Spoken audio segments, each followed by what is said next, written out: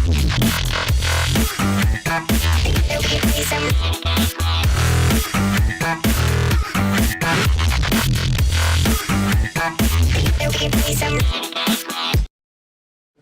So, I'm Tim Perry. I work for a company called Softwire, and I want to talk about web security a little bit today. So this is going to be looking at a whole selection of different attacks in a lot of tools you might have used or heard or hated.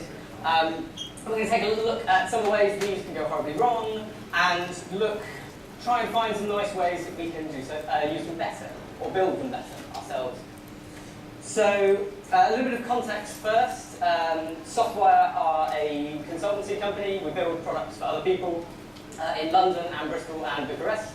A lot of these are web applications, and we obviously have to care about the security for everything, or we get sued. But if I should note quite loudly that if anybody's interested, we are recruiting in all of these places if you want to move to London or Bristol or Bucharest, and we're obviously happy to build your things for you if you like. More interestingly, though, is security, and this is really where I want to focus today. By security, I mean people on the internet trying to break your web applications. If you're a large firm, this is obviously a major problem for you already, and the Google, Facebook, Twitters of the world will be good at this, and will be paying attention, will be ready. But a lot of smaller firms, startups, everybody else really, doesn't tend to bother caring that much. It is the least managed DNFRs, really. Performance gets attention, but security is left dead until something goes horribly wrong. And when security does go horribly wrong, it will be extremely expensive. Even if you're a small firm, you're a valuable target for lots of places. You can become a platform for hosting malware and phishing attacks from everybody else. If you take any money, if you're one of the few startups that actually has any cash coming in, people can redirect to other payment providers instead and steal that from you. They can steal whatever information you're holding in your database, email addresses, account details, and so on. And on top of that, you're typically running on some kind of platform with lots of computing and internet power. It can become a really big node in another botnet. We've found customers who serves for quietly mining bitcoins, this kind of thing. These are big problems, and even if you're a small service, you're going to have opportunistic attackers trying to take you out like this. You're not so much going to have huge swarms of brilliant people trying to take you down, like I'm sure GitHub and Facebook and so on have to deal with, but there are going to be people who notice if you make obvious mistakes. If you do something wrong, if you've got clear SQL injections, if you've got vulnerabilities in standard tools you're using, people will notice. They'll notice quite quickly, and it will really hurt your business. For the purpose of this, I'm assuming you're building a web application that looks something like this. You've written a bunch of code, you've got some web framework underneath, a programming language beneath that you're building on, and you've got some web server, perhaps embedded, perhaps standalone, some data stores, and then some network transport and infrastructure carrying your communication back and forth to your customers. The fundamental thesis I really want to try and hit home with here is that everything in here is broken. All your security is going to fall down at some point because this stuff is really hard. Even people with really big teams who are really good at this go wrong quite frequently, quite visibly, and quite painfully. And you probably aren't one of those people, and you're using all these other tools that have exactly the same problem, and this kind of stuff is going to come crumbling down. And really the best thing you can do is try and mitigate these issues. Try and limit the risk of that, try and limit the potential damage when things do go wrong, and try and put yourself in a position where you can quickly react and recover from these kind of problems. There's some mitigating circumstances here, in that unless you're big and high profile or you're doing something particularly stupid, and I would strongly recommend people take a look through things like OWASP's top 10 vulnerabilities and make sure they aren't doing anything particularly stupid. But once you get past a certain level of basic security competence, if you're not a high-profile target, the likely target that is going to get hit and hurt you is the tool you're using. It's simply not worthwhile for attackers to spend a great deal of time digging into how your service works, fully understanding where you've gone horribly wrong, and cracking that to take advantage of you, which you'll then fix and they'll be back to square one. When instead they could find vulnerabilities in common tools, standard components you're using, or even better, find out when somebody else has found such vulnerabilities and use them more widespread. If you can find a bug in Node or Ruby or Apache, you're in a much better position to cause huge amounts of damage for very little effort. And this is where a lot of the kind of risk that I want to talk about is going to come from. This does bring me to probably the first and most important conclusion of this talk, which is that stuff is going to break. If you're using lots of tools, you have to be ready to update them. And it is astounding how many people are not in a position where you can do this, where fundamental tools that you're building everything on have a massive security problem, and you have to upgrade overnight. You can't do so. You need to have deployment processes that can quickly get a release out. You need to have testing processes that can give you confidence if you jump to the next release. It's still going to work, you're not going to be in a hugely problematic position. And you need to be aware of when these issues actually happen. So subscribing to the relevant mailing lists and relevant tools, using various tools like Genasium and something that keep track of your dependencies and tell you when they become out of date and when there's major security releases. And it's security releases I'm worried about here for updates. You need to be in a position where you can pull those in and quickly apply those. So when the shit hits the fan, you can get everything ready and live faster than attackers can come and try poking the button and see if your server turns off. So we're going to take a look at a few examples now, start digging down to a stack and see how some things can fall apart and have some fun at looking at things that are probably wrong. We'll start with Ruby on Rails. Has anybody here ever written any Rails? Yeah, loads of people. Great. So Ruby on Rails is a web framework on top of programming language Rails. It's very popular for quickly putting together complex applications. There's a lot of convenient things for you. In the Rails community, YAML is very popular as a data structure. It looks something like this. It's structurally very similar to JSON. You're allowed to swap out the braces for indentation, like. It's a superset, indeed. And you can define standard structures, keys, values, lists, all sorts of things. And this is very useful. It's a very nice readable structure, which is why it's gained such momentum in the Ruby community. It also has a whole bunch of extra features, like types. You can define a YAML document here, which tells Ruby when this is passed, I don't want to be given a YAML structure back. I want to be given an actual user instance. If you pass this document, it instantiates your user class, which is a bit weird. If you put something like database connection here, you're going to pass a document and you can get a database connection back, which is not going to be what you expect in every case. And generally seems like it's something that could go horribly wrong because of cutoff's pain. It's not quite as bad as this might seem. This is a powerful feature. YAML does a lot of quite cool things. But internally, the parser actually implements this like this. We don't simply call new user and run the constructor with a bunch of arguments. We call user.allocate, which creates a blank object in Ruby. And then we go in and we assign to each key value pair. So the keys and values here are these values we saw in the YAML document just a moment ago. And we just go through and set each of these properties. We get given a user back with the right name, with the right company, with the various properties set that come in from our input. So we don't trust the key and value values here, or indeed the name of the class. But despite that, this should put us in a relatively safe place. Unfortunately, it doesn't. Because in Ruby, you can actually override this key equals value operator. And if somebody were so foolish as to override that with a method that did something dangerous with either the key or the value here, you can put yourself in a very dangerous place. And unfortunately, somebody did do that. And that somebody was Rails. Internally within Rails, named root collection overrides this operator to call the add method to add a new root, and takes the key and the value from the YAML document, our untrusted user input, if this is through a YAML parsing, and puts it into an eval statement. And this hash braces syntax is string interpolation, substitution in Ruby. So name there gets replaced by the actual name that's provided in the name. This is not good. This becomes quite dangerous if you can hook into this through YAML. If you can provide a name that terminates this remove possible method statement, runs some other code, and then comments out the rest of this string here, all of a sudden you can run arbitrary code by passing YAML. That's not very good. And we can provide a string like that. It looks like this. We put ignored, which becomes the argument to our remove possible method statement, terminating it. It does nothing, we don't care.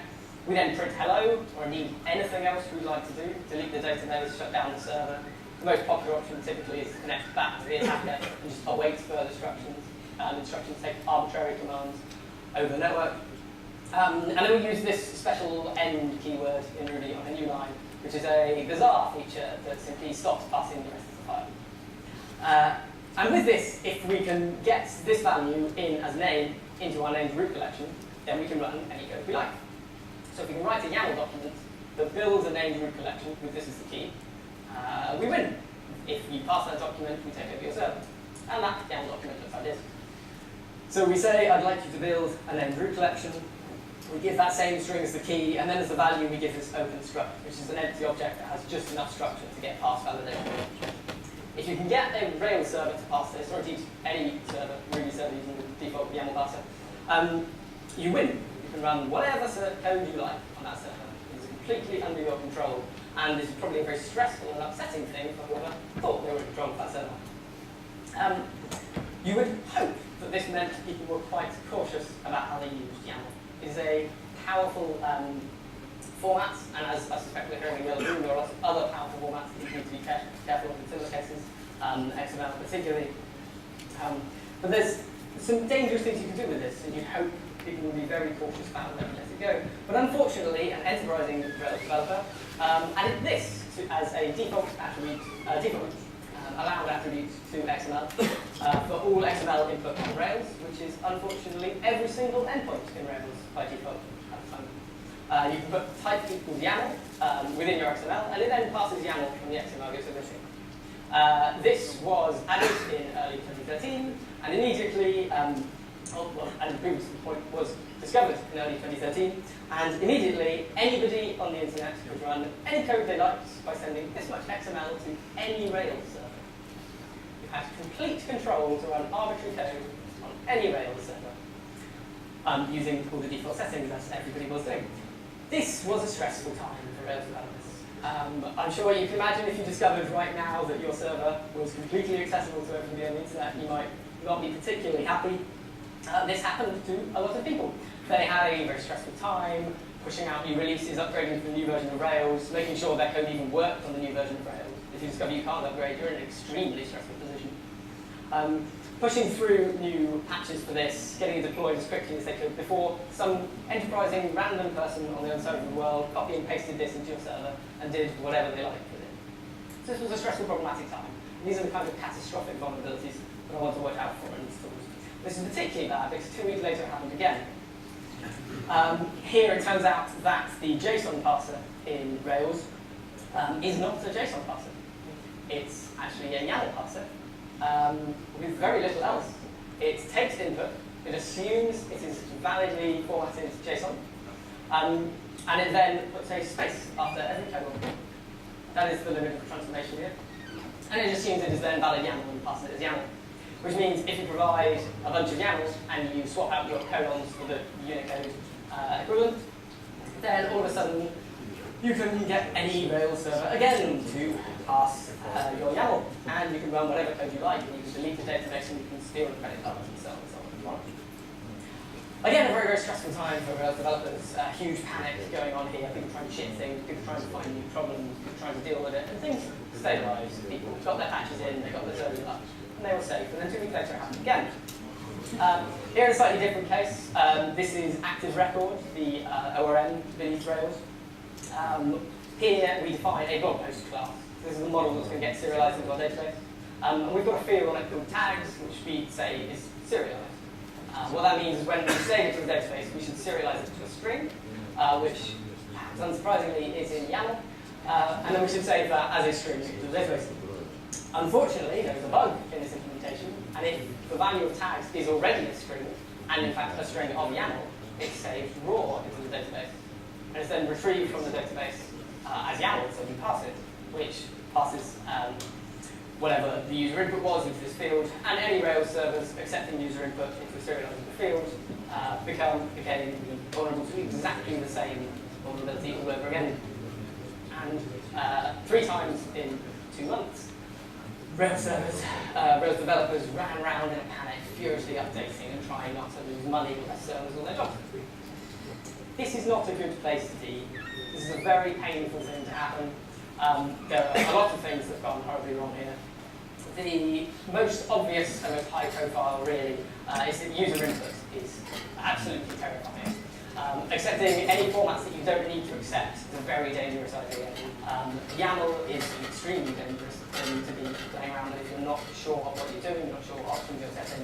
XML itself also comes with a whole bunch of dangerous options. And generally just accepting any user input in a format you don't explicitly need to is dangerous.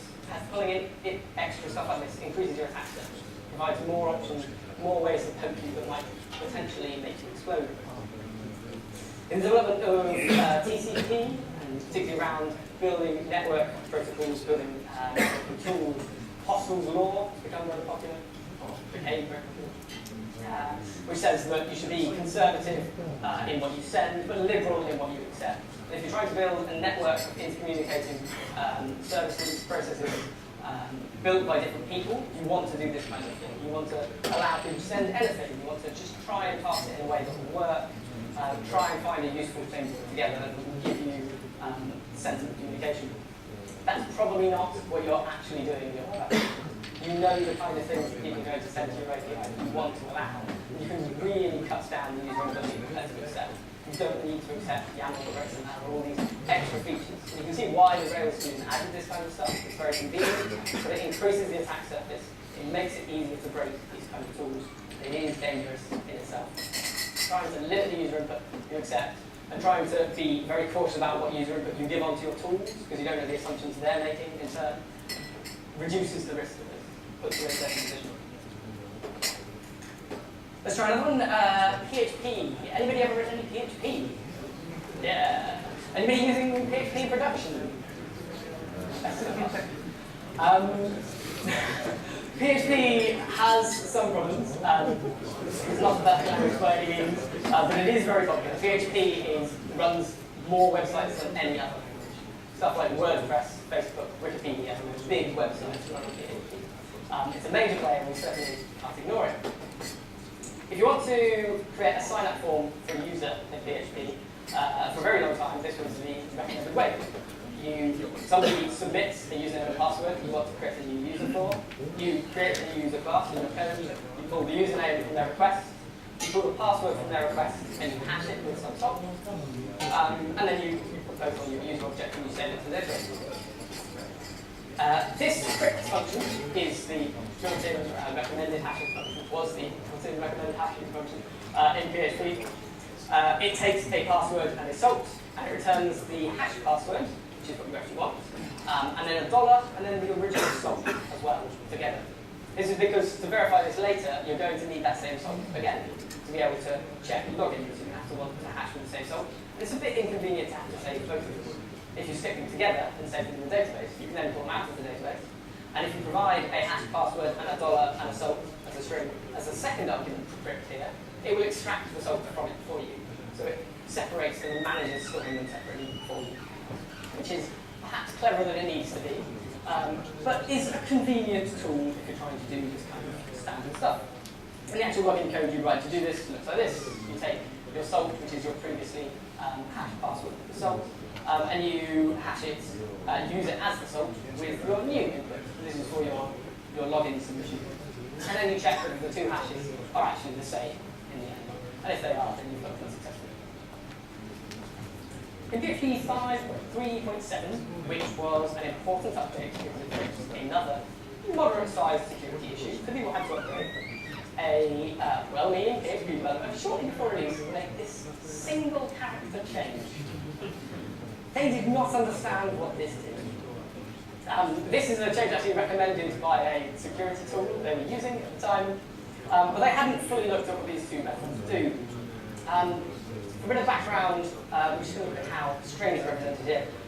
This is C, it's here inside PHP. In languages you might be used to, strings are typically prefixed with their length.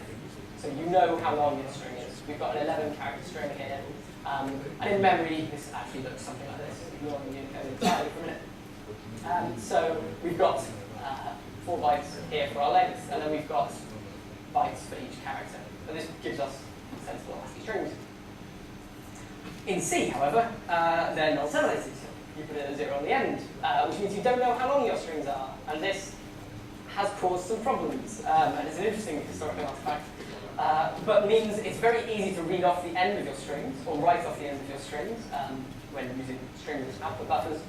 And you have to be very, very careful not to end up reading into dangerous memory, or executing code from dangerous memory, writing over code, running, all this kind of stuff. This is where buffer exploits come from in this case.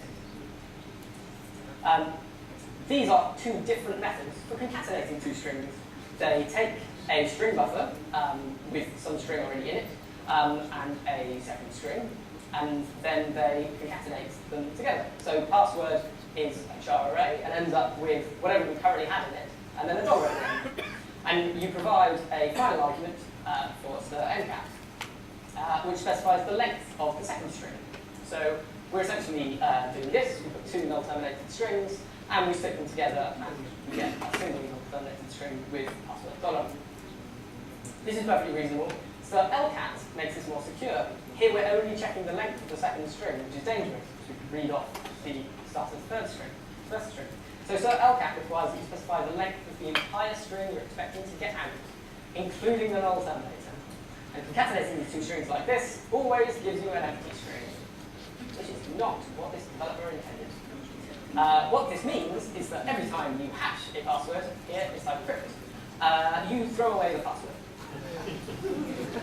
That gives us this invariant, which unfortunately, because of the properties of script, when we apply it to the original logging code you looked at before, turns this into this into this, which is always true.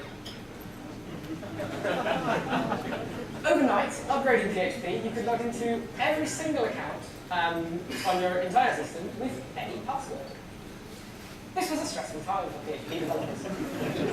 So everything fell apart. We had to rapidly update to try and get the next patch. But this actually wasn't noticed for 5 days. This went out in a live release. There are a lot of PHP sites. And this was a release you needed to upgrade to. This put you in a dangerous position.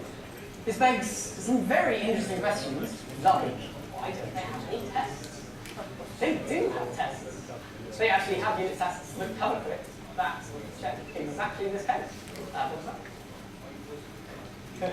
Not any positive ones. They actually flags this exact issue. It points out that it is broken. Nobody can.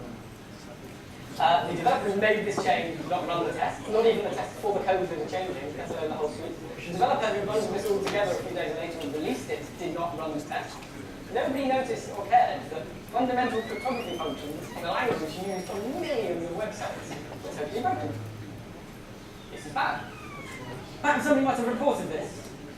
Somebody did. In fact, against the release candidate, 3 days before the release went live, somebody filed a bug, clearly explaining the exact behavior we're seeing here, clearly explaining the repercussions of this if it went live, and then they shipped it anyway. This is not very good.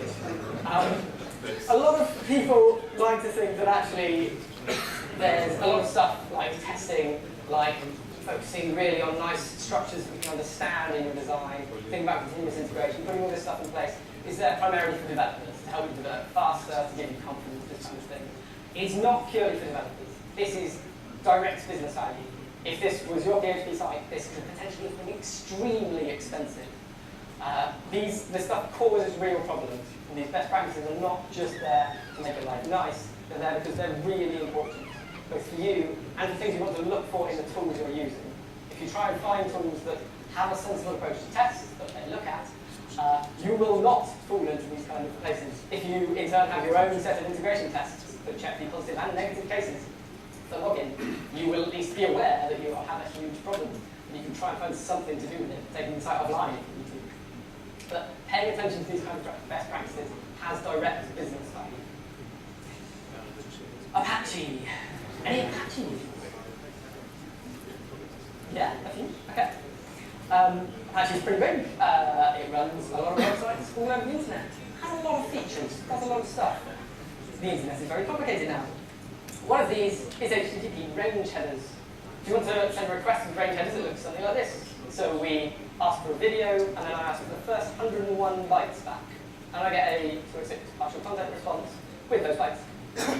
This is very useful if you're building a video streaming website, and is very rarely useful for anybody else. This is a feature you don't really need, but is useful in those particular cases when you're streaming bits of data, audio, this kind of thing. It comes into play. But if you're building a website, it's not something you're necessarily going to need to use. Apache, obviously, has to support this. So this does more complicated things. So we can ask for multiple ranges, which is particularly weird. we can get all sorts of various bits and pieces through, and we get multiple contents back. And this actually gets even more complicated because I'm not pathological, to do this, or I ask for the entire file, and then the first 2 bytes, and then the first 3 bytes, and then the first 4 bytes, and then the first 5 bytes, and so on. And this gives us a lot of content back. It's very stressful on the server. This came up on a Google security mailing list where they were discussing this range header feature. Perhaps it was too complicated. You can do this. Is this a good idea? No. Somebody quickly stuck together a Perl script to check this out. Threw it up on the mailing list. People started trying it out. You run it against IIS. It is very painful. It has to send you a load of data. It crunches. It struggles. But it gets there eventually. You run it against Apache and the server gets back. Turns out that actually the memory used by Apache in the process of this is not proportional to the amount of memory it actually needs to send back to you. It is actually exponential. You use up pretty much all the memory of the server extremely quickly. The script, the guy put up actually ran 40 threads at the same time, and websites just went down. The Apache team obviously were not prepared for this. This had come out on a public mailing list, and all of a sudden things started disappearing. The Apache website went down very quickly. And this becomes extremely painful. We actually include accepted coding gzip here to require that after you do this, you also gzip the whole thing as well. It's painful. This breaks a lot of stuff. This causes a lot of problems. But critically, this wasn't something almost anybody was using. The Apache team did put out a fix a few days later, but the fix in the meantime was just to drop range headers, because nearly nobody needed range headers. You don't need range headers. None of the websites you support and maintain and build, most of the time, need range headers. There will be exceptions, but it's not everybody. But this is not only a feature that's turned on, but a feature that allows much more complicated versions that nobody needs. This is a huge amount of extra complexity, extra features here that you're not using. Trying to use tools that are very small and very focused, that do the actual thing you need them to do, and don't have a whole bunch of extra things that you don't necessarily know how to test or how to use, and do at risk, puts you in a dangerous position. Stuff more likely to break if you've got more buttons you can poke. The smaller the attack surface you can get, the smaller the number of features that you allow you use, the better. And it'll also be easier to manage your application. If you've got small tools that you understand, that you can control, you can be in a better position to really test them, to really tell what's going on, to actually be able to solve the problem. Let's try another one. Postgres! Anyone from Postgres? Yeah, everybody loves Postgres. Postgres is a great database. If you want to connect to a Postgres database on the command line, you do this. You run psql, you specify host, specify database name, it will connect. Use it as passwords, etc. But this is the essentials. In what is probably the most absurd of all of these exploits, if you specify a database name that begins with a dash, it is not interpreted as a database name, and is instead interpreted as a command line argument to the server. If you specify this, -r, and then this path to the database, the output of the commands that you run on the server is appended to the database. This kills the database.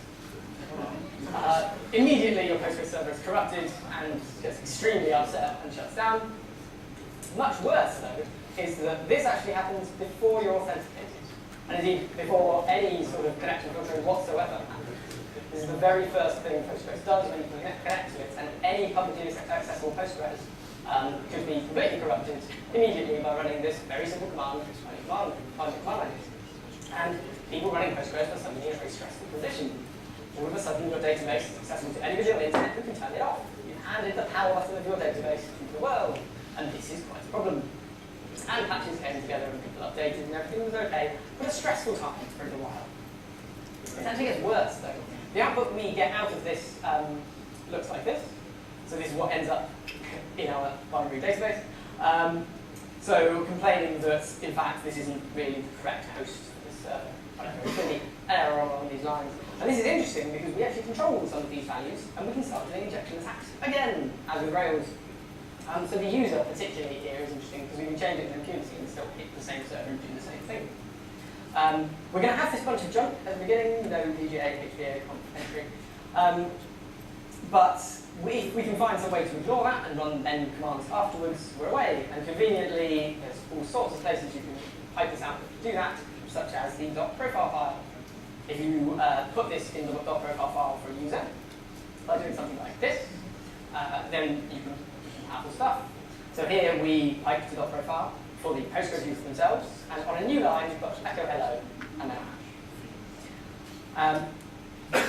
If you actually do this, the profile file ends up looking like so. It's got whatever it had in before, and then this garbage line, and then a command that just came in from a random person on the internet, and then commenting out the rest of it. Having done this, if you log in as the Postgres user, it runs your command. It complains a little bit about the previous line, and then it runs whatever code you like. It deletes your database, it shuts down your server, it steals your credit card, etc., etc. This is quite problematic. This doesn't happen, obviously, until somebody logs in as a Postgres user. Unfortunately, if you remotely corrupt and shut down somebody's database, they quickly log in as the Postgres user, and you then take over the server and run on from there. This, again, is not a good place to be. This is stressful, this is problematic, and this puts you in a very dangerous sort of position. You'd think this wouldn't be that much of an issue. You'd think people would run Postgres instances inside their own infrastructure, not accessible to the internet. Lots of them do, but not all of them. The last time I looked, there were 2 million connectable Postgres instances on the default port, according to various port scans and the internet. This is not good. There's a lot of reasons for this kind of stuff. Heroku, for example, gives you a Postgres instance that is publicly connectable and manually authenticated within there. I'm sure lots of people run their own Postgres instances publicly just for convenience. There are services standalone that just sell you Postgres instances connectable over the internet. And as we start seeing more and more services distributed, this is the kind of direction where things need to go. But this causes problems. You have to rely just on the security of Postgres to do this, and that will break. Sometimes that will fall down, and not very often, hopefully not very often at all, but occasionally every single tool will fall apart, and it will be very painful when it does so if you are only relying on the security of that. If instead we can try and isolate our components from one another, you can reduce this risk. If you're running your Postgres server inside your firewall, then for somebody to break through it, your firewall has to become vulnerable at the same time as your Postgres server does. You've combined the risks here. So as long as one is safe, both are safe. You're in a much better place. Similarly, you can isolate your components within your infrastructure. If your database server here contains passwords and details that are also used on your web server, then you potentially open up risk here that people are going to break Postgres and thereby go direct to your web server.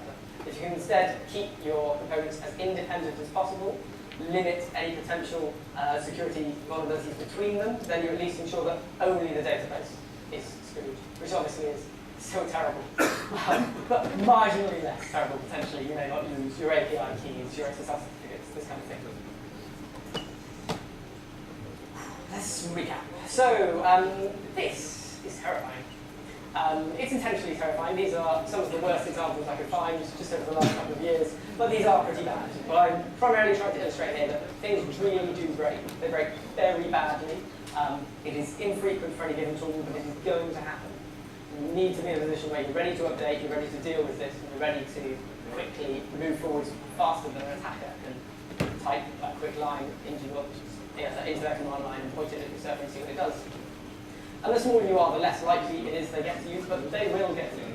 For that Postgres attack, shortly afterwards, a security researcher stuck up a honeypot with a Postgres instance of this version, and it lasted about 24 hours. This is the kind of timeline we're expecting. Once these exploits are well known and well understood, which is going to be the order of a day or two after the initial announcement, people are going to start just pointing their tools at stuff and seeing what breaks. And you don't want to be the person who breaks in that case. User input is very dangerous. As we've seen, trying to limit the input you'll accept puts you in a much safer place. Trying to control the things that you allow in and only use the ones that are actually meaningful and actually important to your application will make you a lot safer. Best practices here really are critical. There's a lot of stuff you can do that will limit this kind of stuff. Testing particularly can put you in a really good place. And there's a lot of good security tools. So OAuth have a Z attack proxy, which has been getting a lot of good press recently for exactly this kind of stuff, but automated checking with security. And you can also look into security audits and all these kind of things that comes on scale. But putting at least some level of effort into here and ensuring you're not exposed to the most obvious, the most simple problematic things will make you enormously safer. Trying to pick tools that are simple, focused, and clean, and actually do what you want, rather than tools with all these features that you'll definitely use one of these years. Trying to do that instead will keep your life simpler, keep your life easier, and keep your system safer. And finally, isolating your infrastructure. Not depending on the security of simply one component, having that single point of failure as a linchpin for your whole system, and similarly not allowing one component to catastrophically end every other component. Finally, I want to end with Huffleaf, which I'm sure everybody remembers and has heard about in great detail. But I choose primarily because it highlights all of these issues conveniently. The fundamental problem with Heartbleed is total failure to check user input. I send you a string and I tell you the length of it, and you send me back that much data. You don't check that they match. This is very bad. You end up sending me all sorts of stuff in your memory, and you don't need to allow that. It's very easy to check the two. It's a clear thing to do. Do not trust user input. On top of that, they really weren't following best practices. There's a really good blog at OpenSSL Rampage of the many developers that dived in to try and help recover the OpenSSL implementation. Try and go and find all the other similar issues, of which they found many. And discussing the various poorly thought through things that have been done in the code base, there are quite a lot of them. The fundamental problem in Heartbleed's case was it was reading out of the actual memory buffer it was supposed to be using.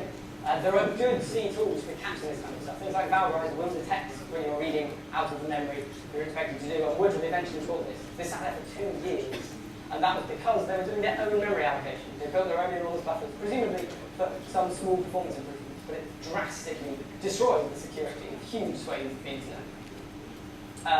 The Heartbleed issue is a Heartbleed problem in SSL Heartbeats, which we're not using. Nobody's using them. They're extremely rare. I believe the only known case where they're actually really useful is for some misbehaving caching properties when the skill comes through. These are essentially keep alives for SSL, but every protocol you're using underneath has keep alives anyway. This isn't stuff that you actually depend on, but it's stuff that put lots of servers in serious danger. And finally, you could mitigate this to some degree by isolating your infrastructure. If you're terminating your SSL separately from your actual web server, if you've got Nginx or Apache as a reverse proxy coming in there, then perhaps that goes down, perhaps you lose your SSL certificates, which is obviously really bad. But you don't lose everything within your database, all your API keys, all your usernames and passwords, and this kind of stuff. You were in a better, somewhat, position. And finally, I want to illustrate that these are not really rare. All the issues through here have CVE codes. This is common vulnerabilities and explosions. It's a publicly released database of all the major security issues. If you go to cvedetails.com, there's a really good search engine for breaking down through them, looking it up by product, by year, and so on. There's been 2,500 so far this year, 250 of which are rated at least 9 out of 10. Which means total remote code execution, totally shut down the server and delete everything, this kind of thing. That's 250 so far in 2015. These happen a lot. Stuff you use breaks. These cause big problems, and you need to be in a position where you can deal with this, but you can try and mitigate this risk and try and go forward from these sort of problems. So that's everything I have for you today. We'll do questions in a sec. I should mention again, I work at Software. If you are interested in coming to work for us too, you can come talk to me later. And I'm at Pinterry on Twitter, and I'll stick the link out for these slides later, and you can take a look through and potentially go and fix your stuff. Thank you. Thank you very much.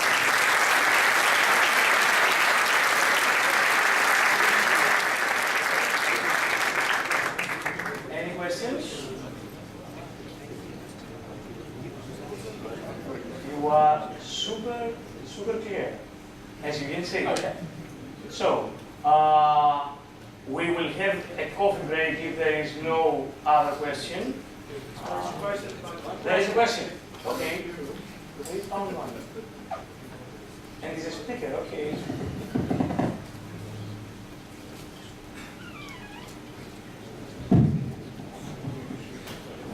A lot of the upcoming technology that we're using, like service worker and these kind of things, are relying on HTTPS being available everywhere. How, as a security expert, how do you think how feasible it is that we're going to roll that out web-wide in the nearer future? And what Mozilla is doing right now is doing HTTPS internally in Firefox for every HTTP request. Would that be a solution to that problem, or would it just bring up other options? I'm very hopeful that we're going to get HTTP everywhere. There looks like quite a lot of momentum to it. Many of the problems are going away, and particularly as you start to get more momentum there, more and more tools support it, and it becomes a standard. The risk is going to be that it really takes away from the I can quickly stick a website together and throw it up situation, which is a lovely, powerful driving force of the internet at the moment. This puts you in a dangerous position, but Firefox particularly are pushing this quite hard. I think they're planning on not supporting new features without SSL at all in the future. And hopefully that is going to provide enough force to make this happen. But it's too early to clearly tell. Okay. Why are you so hopeful to have such a project certificate? I mean, compromise rules like CA is done. Yes. And you don't do that to software, you do it to other things. Yeah, there are definitely potential risks. It's better than HTTP is really the simplest solution here. You at least get some degree of encryption against very basic opportunistic attackers. Things we saw with whatever it was called, the fire sheet, where people just turn on a Firefox extension and stole cookies from Starbucks everywhere. That already pushed SSL a long way, and in itself did actually help with that situation quite a lot. It's still not perfect, and it is not going to be perfect. Security is really hard, and we are going to screw it up again and again and again. And it's trying to limit that risk, trying to mitigate that risk, trying to improve. Any other?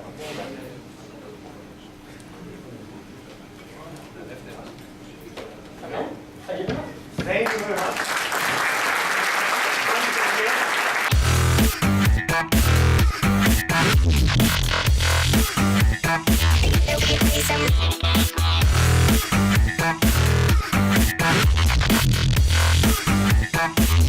Realism.